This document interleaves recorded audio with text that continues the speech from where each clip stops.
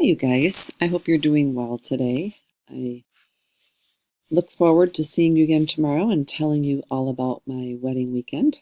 So, for today, you're going to be reading this article called What is Air, starting on page 81. So, the first thing that I want you to do is to put the focus question in your science notebook.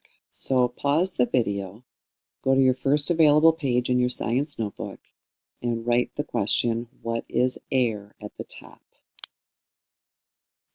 Right, the next thing I want you to do on that same page, I want you to set up the page in your science notebook like this chart that you see here. So put a line down the middle, going from the top of the page all the way to bottom, and then break your page in half, going horizontally, so that you have 4 boxes in your notebook page. And then put these headings in each box. What is it? Where is it? How does it change? And interesting facts. So, as it says on the paper that you received, as you read through the article, you're going to be answering these questions in this box so that by the time you're to the end, your whole notebook page will be complete. So, stop the video and get that page set up, please. All right, so what is air? Take a minute and just look at this first paragraph with me. You can't see it or taste it, you can't even smell it, but you might feel it as a gentle breeze brushing across your skin. Air is difficult to understand because it is not easy to observe with your senses. Is air one thing or a mixture of things? And where is air? Is it everywhere or just in some places? So it talks about us, walking on the earth. We've got the atmosphere all around us, pressing firmly on every side of our bodies, top, front, back, sides. Even if we go inside a car or in a basement, the atmosphere is there. It fills every space we enter, so it's everywhere. An atmosphere is the layer of gases surrounding a planet or star. All planets and stars have an atmosphere around them. The sun's atmosphere is mostly hydrogen.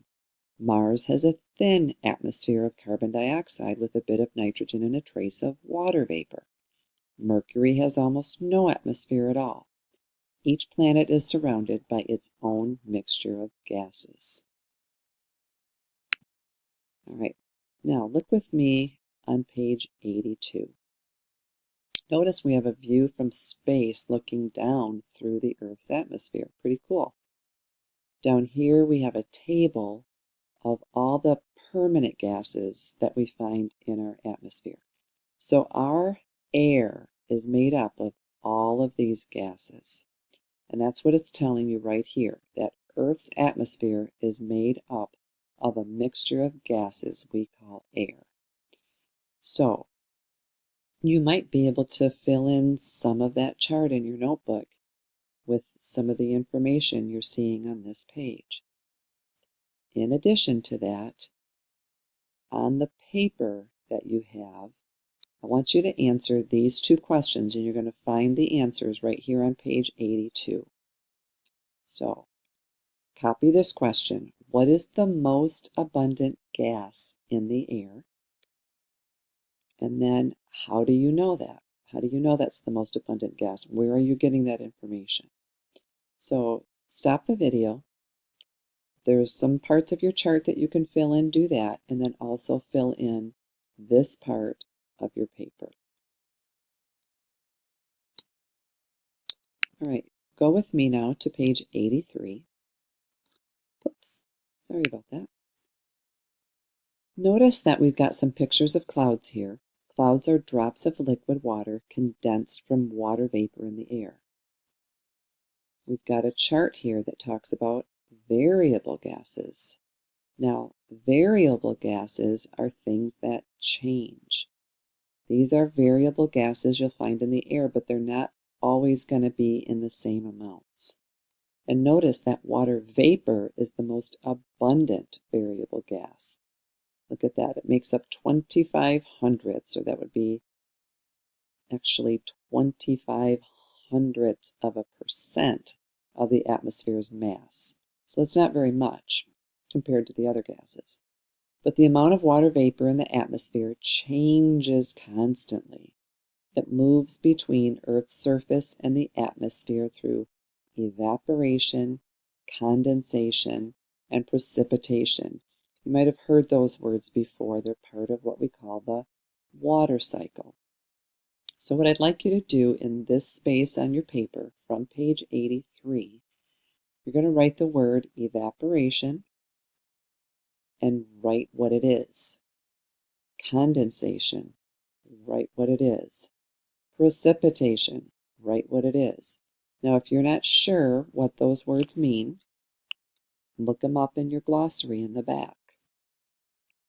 Okay, would you stop the video and take the time to define evaporation, condensation, precipitation, please? All right, so now we're on page 84, the last page.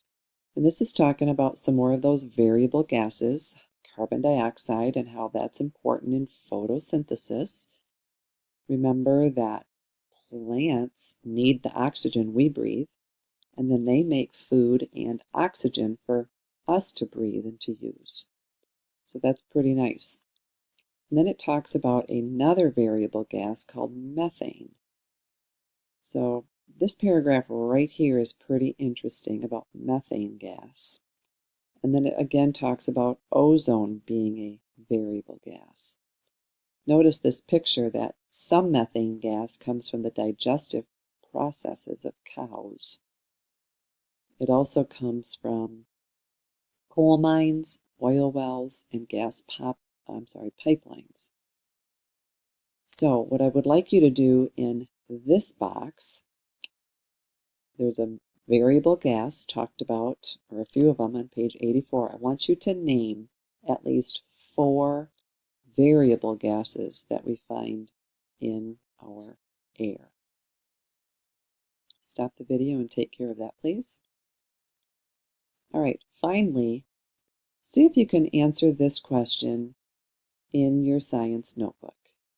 What is air? Based on everything you've read, the notes you've taken, the fun facts, where it is, everything you've done on here, how would you answer that question? If somebody said to you, what is air? What would you say? So when you're done with that, I want you to show your science notebook page to Mrs. Leyendecker. Okay, again, you should have 4 variable gases listed here.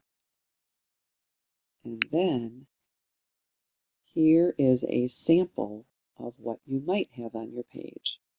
If you don't have this information and would like to add it, you may. Make sure that you have 2 to 3 interesting facts in this box. Okay, the video is now over.